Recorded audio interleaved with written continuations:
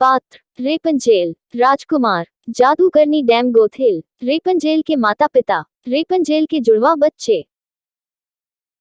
रेपंजेल की कहानी। रपंजल लव कहानी। बहुत समय पहले की बात है, यूरोप महाद्वीप के जर्मनी देश में एक पति और पत्नी रहा करते थे। दोनों का एक दूसरे के सिवा और कोई नहीं था। विवाह के कई वर्षों उपरांत भी उनकी कोई संतान नहीं हुई। समय इसी प्रकार से गुजर रहा था कि अचानक एक दिन स्त्री को अपनी कोख में संतान की अनुभूति हुई और गर्भावस्था के दौरान उसको कुछ इस प्रकार महसूस हुआ कि उसको रेपंजेल नामक शाक खानी चाहिए। आसपास वह शाक कहीं भी उपलब्ध नहीं थी। पति पत्नी एक जादूगरनी के बगीचे के समीप ही रहते थे। पत्नी के मन की बात जब पति ने सुनी तो पति ने उससे वादा किया कि वह उसके लिए रेपंजेल नाम की वह शाक साथ लेकर आएगा। बगीचे में चोरी से घुसकर उसने वह शाक अपनी पत्नी के लिए तोड़ी और यह क्रम कई दिनों तक चलता रहा।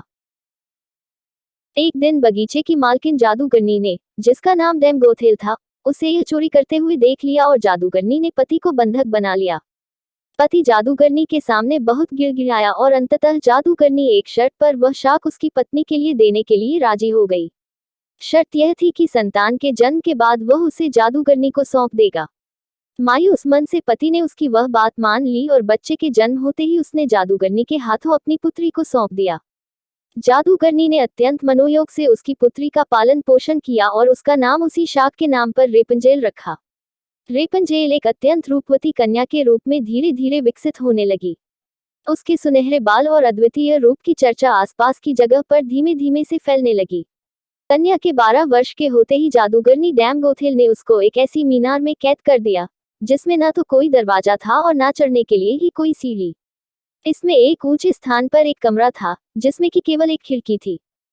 जादूगरनी अपनी जादुई शक्तियों के माध्यम से छोटी बच्ची तक पहुंचती और हर दिन उससे मिलने के लिए दिन के समय जरूर जाती।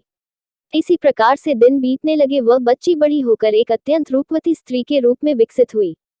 उसके लंबे घने सुनहरे बाल इतने लंबे हो गए कि बाद में जादूगरनी उनके सहारे मीनार पर चढ़कर कमरे में आने और जाने लगी।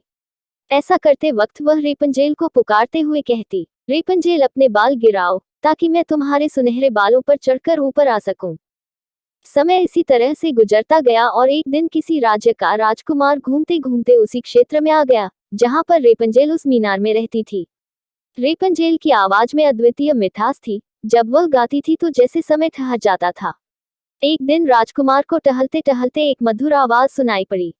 वह आवाज कहाँ से आ रही है यह जानने के लिए जब राजकुमार मीनार के पास गया तो उसे दिखाई पड़ा कि एक ऊंची मीनार के ऊपर कमरे में एक सुंदर रूपवती स्त्री रहती है। उसकी इस मीठी आवाज को सुनकर राजकुमार उसकी तरफ अत्यंत आकर्षित हुआ और वह अपनी उत्सुकता पर काबू नहीं रख सका। उसने मन में ठान ली कि वह इस बंद मीनार में रहने वाली स्त्री, जिसकी आवाज इतनी मधुर है, के विषय में जान के ही रहेगा। एक दिन जब दिन के समय जादूगरनी रेपंजेल से मिलने के लिए आई तो उसने जादूगरनी को वह शब्द कहते और बालों के जरिए ऊपर चढ़ते हुए देख लिया। राजकुमार ने इसी प्रकार जब रात के समय रेपंजेल को पुकारा तो उसने उसे आने के लिए मीनार के सहारे अपने बालों को लटका दिया। राजकुमार ऊपर जाकर रेपंजेल से मिला। रेपंजेल और राजकुमार एक दूसरे से प्रेम करने लगे थे। दोनों ने मिलते ही एक दूसरे को पसंद कर लिया था और वह एक दूसरे के लिए के अंतरंग सहचर बन गए। अतः राजकुमार ने रेपंजेल के सामने विवाह का प्रस्ताव रखा। रेपंजेल इस पर सहमत हुई और दोनों का मिलना जुलना धीमे धीमे बढ़ने लगा। जादूगरनी डैम गोथेल रोज दिन के समय रेपंजेल को मिलने के लिए आया करती थी। राजकुमार और रेपंजेल ने मिलकर एक योजना बनाई कि राजकुमार द्वारा दिए गए रेशम से रेपंजेल एक सीढ़ी बनाएगी जिससे कि वह दोनों उस जगह से भाग सकें। रेपंजेल की मूर्खता के कारण जादूगरनी डैम गोथेल को राजकुमार के रेपंजेल के पास आने और उसके गर्भवती हो जाने का पता चल गया। जादूगरनी डैम गोथेल ने रेपंजेल को मीनार से बाहर निकाल दिया और जंगली जानवरों के बीच से जंगल में विचरने को अकेला छोड़ दिया और वह स्वयं उस मीनार के कमरे में जाकर छुप गई। राजकुमार के चढ़ने के लिए उसने रेपंजेल के बालों को काटकर उन्हें मीनार से बाहर लटका दिया ताकि राजकुमार ऊपर चढ़ सके और उसे कोई शंका ना हो। जब राजकुमार रेपंजेल से मिलने के लिए उस रात आया तो रेपंजेल की जगह जादूगरनी को पाकर वह भयभीत हो गया और मीनार से कूद पड़ा जिससे कि नीचे पड़े कांटों से उसकी दोनों आंखों की रोशनी चली गई।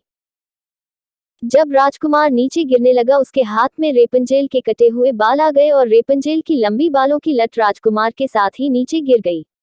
नीचे उतर पाने का कोई अन्य तरीका न होने के कारण जादूगरनी डैम गोथिल उस मीनार में फंस गई और अंततः मृत्यु को प्राप्त हुई।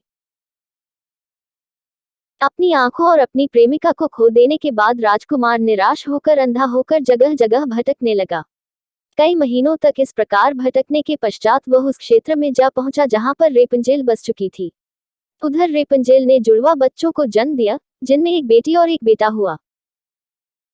इसी तरह कुछ समय तक एक दूसरे के विछोह में रहने के बाद अंततः दोनों उसी राज्य में एक स्थान पर मिले और उनके मिलन से चमत्कार स्वरूप राजकुमार की दृष्टि वापस आ गई और रेपंजेल के लंबे सुनहरे बाल उसको वापस मिल गए और दोनों हंसी खुशी अपना जीवन साथ में बिताने लगे। शिक्षा: इस कहानी से हमें यह शिक्षा मिलती है कि बुरे का अंत बुरा ही होता है और विश्वास के सहारे एक दिन दुनिया में सब कुछ पाया जा सकता है। जिस तरह जादूगरनी गलत नियत से रेपंजेल को इतने साल कैद में रखती है, एक दिन उसे इसका दंड मिला और वह मारी गई।